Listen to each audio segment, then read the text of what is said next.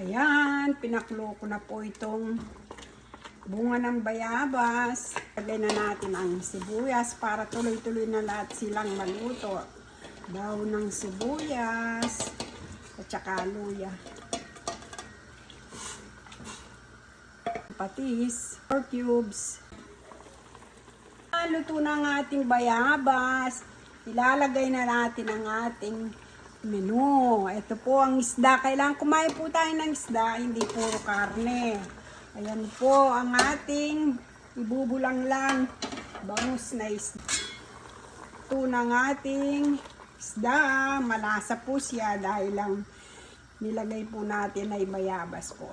Kailangan mag-isda rin tayo kahit papano para at least hindi tumaas ang ating mga taba-taba sa katawan po.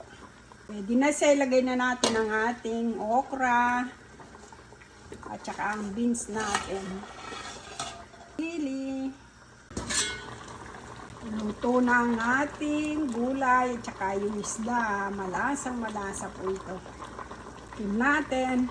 Okay na, masarap, malasa. Ayan, tikim ang portion na tayo sa ating nilutong bulang lang na isdang bangus. Kain na po ng isdang bangus po. Sinabawan ko siya ng bayabas po. Ang tawag po sa amin sa Kapampangan nito ay bulang lang na sa bayabas po sila. Kain po tayo. Tikman natin. Ito pong taba ay napaka-importante. Ang taba ng isda po. Malaking tulong po sa ating katawan to, lalong-lalo na sa puso. Kain po.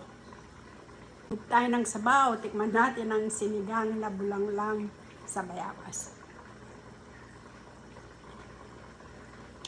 Panalo ang sabaw.